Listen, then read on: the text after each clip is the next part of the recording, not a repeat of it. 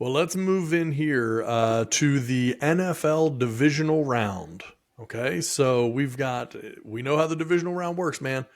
4 games for all the marbles, divisional round, and then we're going to move from there into the AFC and NFC championship games, and we'll be sorting out very quickly who's going to be making it into the Super Bowl. So let's talk divisional round games. We'll go ahead and start with the first one. The Baltimore Ravens, the number 1 overall seed, going against the Houston Texans, the number 7 seed, who pulled off the upset of the Cleveland Browns and now will be going into Baltimore. Wait, are they the number 7 seed? Is that right about that? Yeah. Texans, no. They were no, they were the 5. 6 seed. Or, 6? No, they won the division, so they were 5. Yeah. 5 seed. Yeah, 5 seed. Yep. 5 Yep, seed. yep, Okay. So let's talk about then the number 5 seed, Houston Texans, going into Baltimore to take on the number 1 overall seed, Baltimore Ravens. I'll let you go first. Obviously, you see the shirt I have on here. My, and even the color behind me is flashing through to the purple. So, my loyalty runs deep. But I'll let you start with this one. What do you see here between Ravens and Texans? I'm not sure I'm going to see much of a game. I really want to be wrong about this. I just think the Ravens are probably going to be too good. We saw what they did with the Niners. We saw what they did with Miami.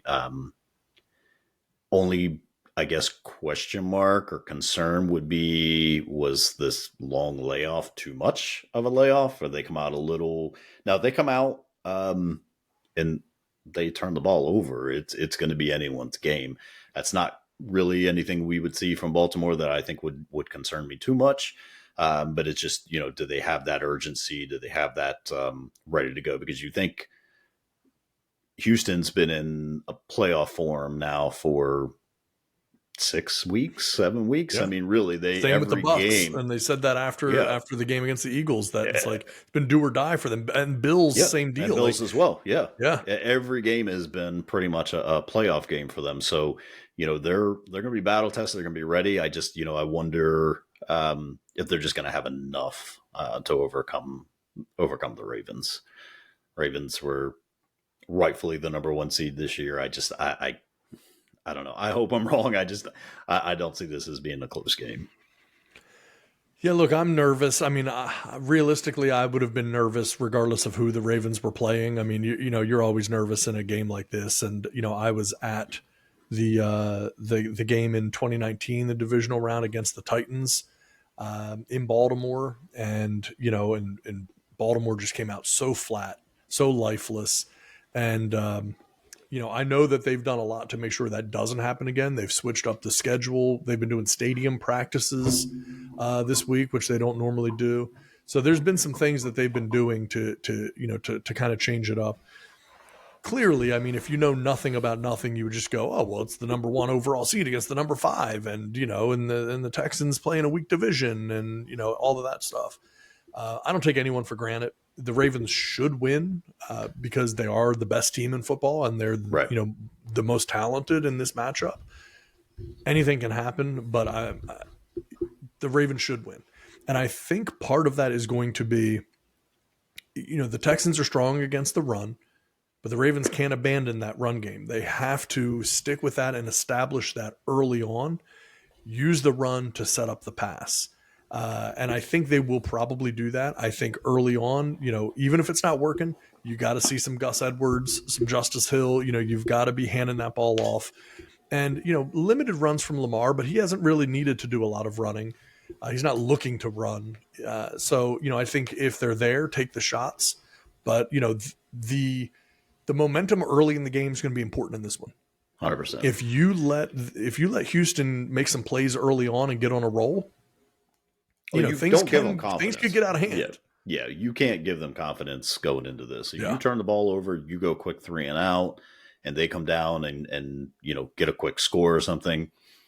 I mean, momentum is everything in the NFL, which is why I think the Texans are where they're at, because they're riding such high momentum right now because they've been playing playoff games the past 5 weeks. So you can't do that. And turnovers, you can't have one of those games where Lamar goes out and, tries to run and gets the ball knocked out. It's a good defense on that Texan side. Mm-hmm. running a little free with the ball, trying to make too much out of something, fumbles, they get a short field. I mean, because you're going to lose any game like that. I mean, that's just the way it is. I don't know, man. I don't expect a close game on this one. I hope I'm wrong, just for the fact that I want to see a good game. I want to see a competitive game. I'm not expecting it at this point. But again, that CJ Stroud is on another level right now and playing on another level. So, could he, could he go out there and tear up your secondary? Yeah. I mean, if he's given enough time. Problem is, that Ravens team is very, very opportunistic. They will sack you at an alarming rate. And, they're really good at timely turnovers. So he's got to play. He's got to play probably his best game that he has played in the NFL, I think, for them to win. Yeah, it's going to be tough. I mean, the Ravens, I mean, they have a triple crown defense, right? It's the first one in the modern era, leading the big three defensive categories, across the board. Like, that just doesn't happen. Very strong on defense, but you definitely, you got to be careful, right? I mean, this is, the Texans have momentum. They're on a roll. They're a young, hungry team. And, you gotta be smart about it for sure. And I think being patient, one of the things, as I had a conversation the other day, we actually posted the interview here on our channel here, and You Get the Horns, but had a conversation the other day with former Ravens kicker, Matt Stover. And it's one of the things that he said that I thought was really interesting in talking about the Ravens in the playoffs this year is the importance of Lamar Jackson staying within himself, not trying to be a hero, not trying to do too much, understanding that you have an incredibly good defense. You don't need to make all the plays. You don't need to, to be the one doing all of it. Just make the plays that you have. If they're not there, just don't screw it up, basically. Because one thing that you see consistently with Ravens games, the first quarter, oftentimes close. And you would look at it and go, well, wait a minute. The Ravens have this dominant record and they're the number one overall seed. If you go back and look, their first quarters are very, very close. What happens is it's the second half adjustments and it's the third and fourth quarter where the grind of having to go against that defense. Eventually the wheels come off for the opposing offense because you can't make a mistake. And it's very difficult to play mistake-free football for an entire game against a really skilled, really talented, really opportunistic defense. And so as the game goes on, that's usually when you start to see the Ravens pull away. And it's because they can be patient on offense, and they're going to probably get some extra possessions from turnovers forced by their defense. And as long as, and I was actually talking with our buddy T-Rock about this, if the Ravens can manage to go out and just not try too hard to get that extra yard and end up fumbling, try too hard to make that pass in a tight window and end up throwing an interception, like just play within yourself, take the plays that are there, throw the ball away if you have to, scramble if you have to, like whatever you need to do. But allow other roles and other players on the team to make plays. I think the game will come to them as it goes on. But, the Texans are going to play tough. There's no doubt about that. They're a scrappy team. Let's move on. What do you see here? Packers, Niners. I don't know. I don't know anymore. I really don't. Because are you getting the Brock Purdy that played just out of his mind, 10 out of the 15 games he played? Or are you getting the Brock Purdy that played the other 5? If you can force this guy into turnovers, clearly. And if that happens, then, the Packers are going to be able to win this game. I don't know that I see it at this point. I think there's just too much talent on that San Francisco side. And if we talked about Lamar playing within himself, if Purdy just plays even more within himself, takes what's given to him, doesn't force the ball, I don't think this will be a close game either. It shouldn't. You're the number one seed. You're the number one overall seed in your conference. It shouldn't be a close game. you're going against the 7th seed. This shouldn't be close. And so I don't think it will be. I think there's just way too much talent. I think the Packers are probably, they may even be a year ahead of schedule at this point, because I don't think anyone really expected them to be here. And I think that probably comes to an end. Not saying the Packers, and even next year or year after, are going to be the team that the Niners are chasing. I think this year, though, I think the magic probably ends here at this week with them.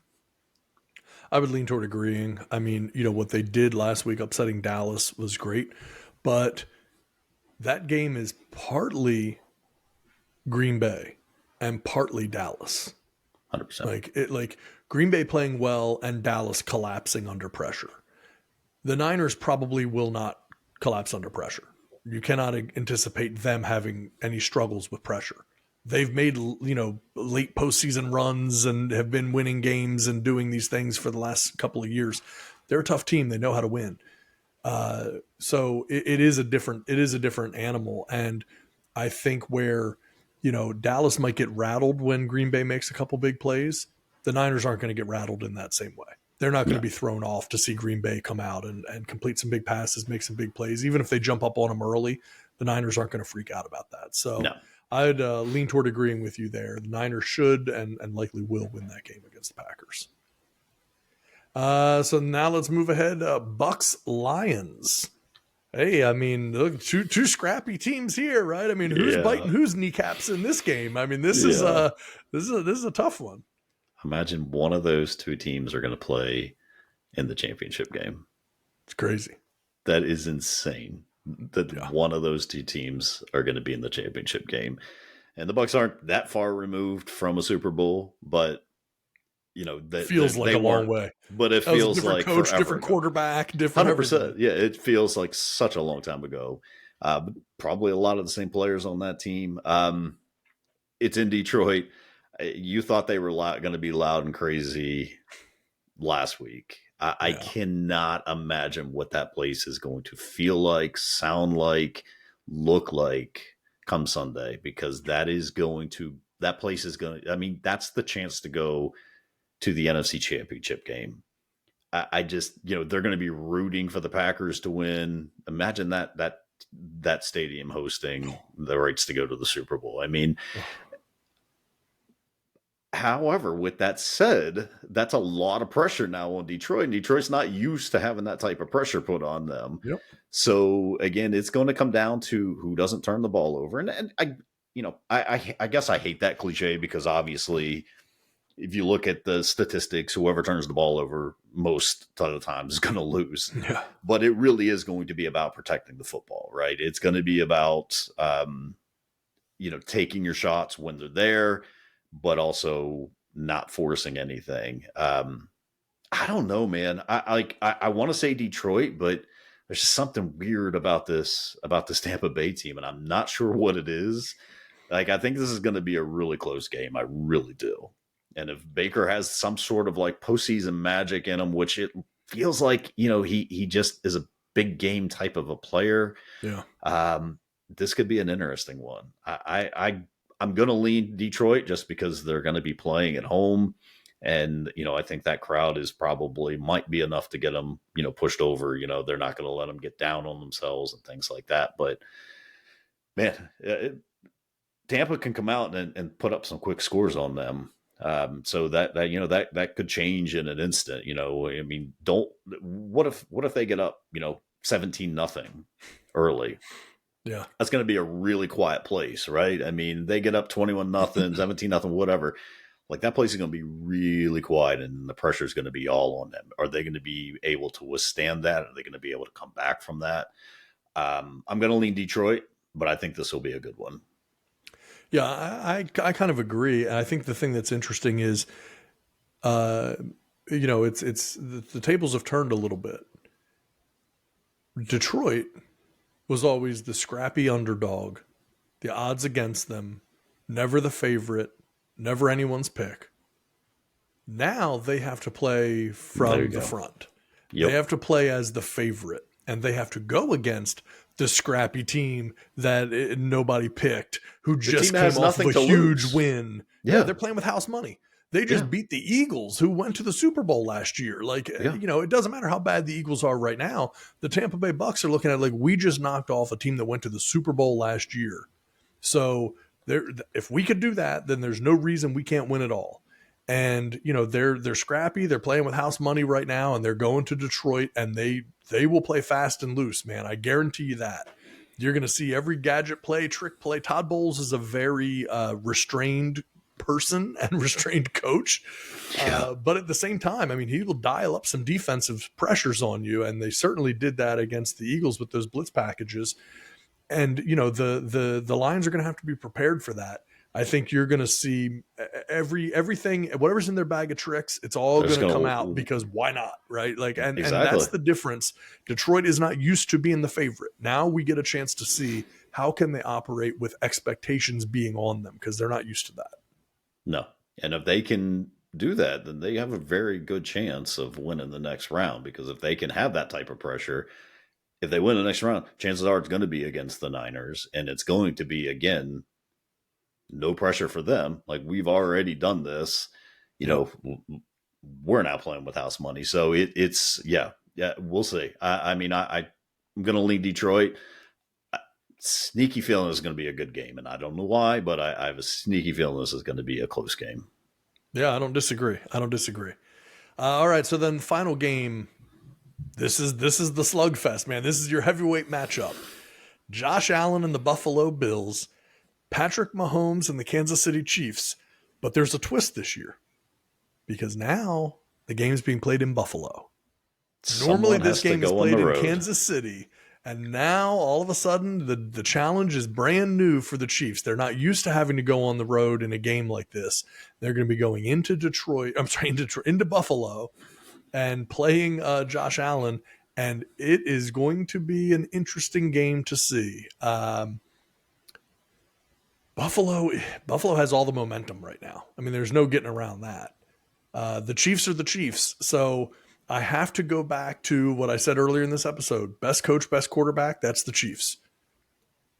But the quarterback on Buffalo is awfully good too. Yeah, it's not that far off. And this time of year, in this type of weather, that he has some advantages with that size, that ability to scramble.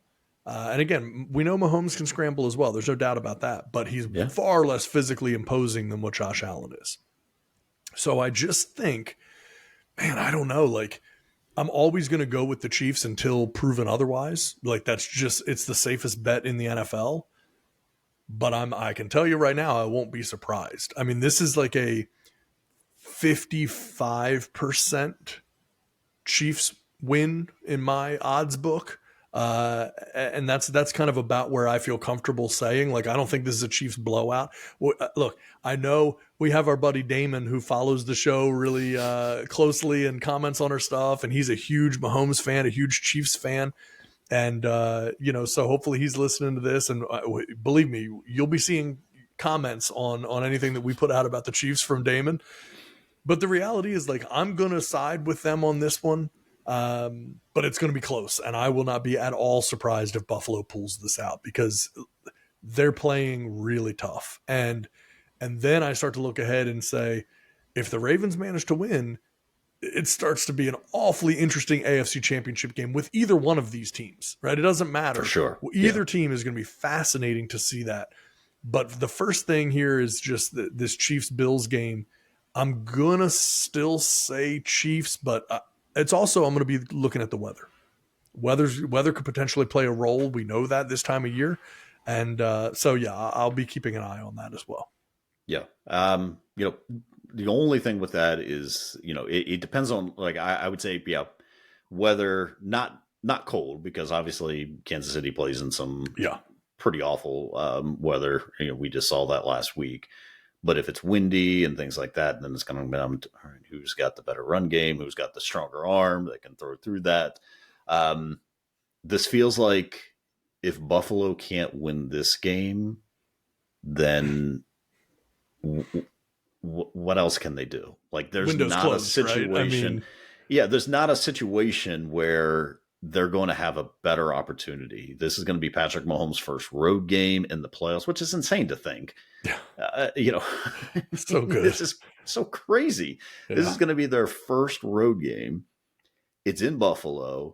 It's against the team that you knocked out last year, the team that we thought Buffalo probably, might have been better, Yeah. and they couldn't pull it off. If the Bills don't win this game, when are they ever going to win? Yeah. I agree. don't know.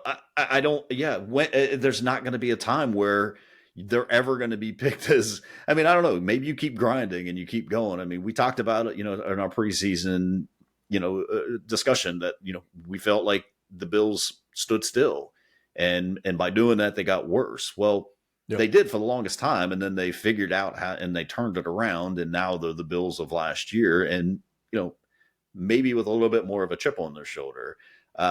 It's interesting, Josh Allen didn't do a ton of running this year, and it seems like now maybe they're going to open that up a little bit. Mm-hmm. And genius, because last year they ran for what, 600 and some yards, if I'm not mistaken, something ridiculous like that. And now it looks like maybe they were saving that for when they get to the playoffs, so he was healthy and he could. So that's going to be a completely new added element that I'm not sure teams are going to be necessarily ready for. Yeah. I'm going to take the Bills, man. I'm going to take the Bills. I just, again, if not now, when? This is it. This is it for them. Unless something just insane happens next year where Lamar goes down and Mahomes goes down, Tua goes down, if something ridiculous like that happens, like this is it, man. This is the time that you have to now get past your essential rivals, and we don't necessarily look at that, but I maybe they don't look at them as rivals, but like this is Peyton Manning. Oh, I think they're absolutely rivals. Yeah. This is Peyton Manning trying to get past Tom Brady. It's like, when is this going to happen? Like, it's got to happen now. You don't have a better setup for this than you do right now. You're coming in as the hottest team in the NFL, and you're at home against a Chiefs team that didn't play well this year. And it's like they didn't light the world on fire last week. This is it. This is it for you. That might be too much pressure. So who knows? I don't know. Well, the other aspect too is, again, Buffalo, we talked about, they're kind of playing with house money. They weren't supposed to be in the playoffs. They had a 5% chance of making the playoffs. So if you're the Buffalo Bills, this is the game that has, in many ways, the least amount of pressure on you. You weren't supposed to be in the playoffs. You weren't supposed to make it here. But then here you are. And now not only do you make it with a home game with the Chiefs. It's not going to get easier or better, like you said. So this is it. And this is the time where I feel like there's less pressure. The pressure is more on Kansas City because, again, first of all, just that they're the winners. They're the champions. But they're also the ones that are trying to hold all of this together. Buffalo, they're still on. They're punching up. Buffalo's punching up. Kansas City's punching down. And normally Buffalo feels the pressure. This is a little different one this year because they really shouldn't even be here. And so, I think they know it, and I think that they're playing that way. They're playing fast and loose, and they're ready to go out there. And I do think, if you want to have success against Josh Allen, particularly in the postseason, the way things are looking right now, it's really a very, very important part of that process is going to be the play of your linebackers, because your linebackers are going to be stressed. If they cheat in too much to try to prevent his running, he will throw over the top of them. If they drop back too much, we know he's going to run, right? I mean, obviously we saw what he did to the Steelers, but it's not just the Steelers. I mean, that's just part of his game. And the teams that are going to have really good linebackers are going to be the ones that are going to be the best built to withstand that. You don't think of the Chiefs as having these incredible, linebackers that, that can cover everything. The Ravens obviously are really strong at linebacker. If you look around the league, the Niners are really strong at linebacker. There are teams that are really good. I think that's going to be the challenge for the Chiefs. It's going to be the play of their linebackers, which also means that their pass rush is going to have to get home. Like their pass rush has to get to Josh Allen in order for their linebackers to be able to hold their ground and not have to move too much, and be able to stay, balanced, focused, and disciplined. The longer time that you have where he's improvising and he's scrambling around, and then you have linebackers that are stuck in between coverage and protecting against the Josh Allen run. And we see it all the time with Lamar in Baltimore, right? It's the exact same thing. The stress that puts on all defenders, but particularly linebackers, where they're just flat-footed, they don't know which way to go. It's going to be challenging for the Chiefs to contend with that aspect of the Bills game. So again, I'm going to say Chiefs, but it's really because of the pedigree, and because of, best coach, best quarterback, like I say. But like I said, it's like 55%. Yeah. I almost said 51% earlier, but I said 55 just to give it a little more. But it's a close one. I agree with you. This is the game I'd like to see. Yeah. This is going to be good. So yeah, it's just can their front get home? Can that defensive line for the Chiefs get home where they don't have to send that linebacker, where they don't have to send that extra guy? We'll see. Yeah, it's going to be hugely important, hugely crucial, and look, man, we're getting down to it. So this stuff is going to, it's going to play a huge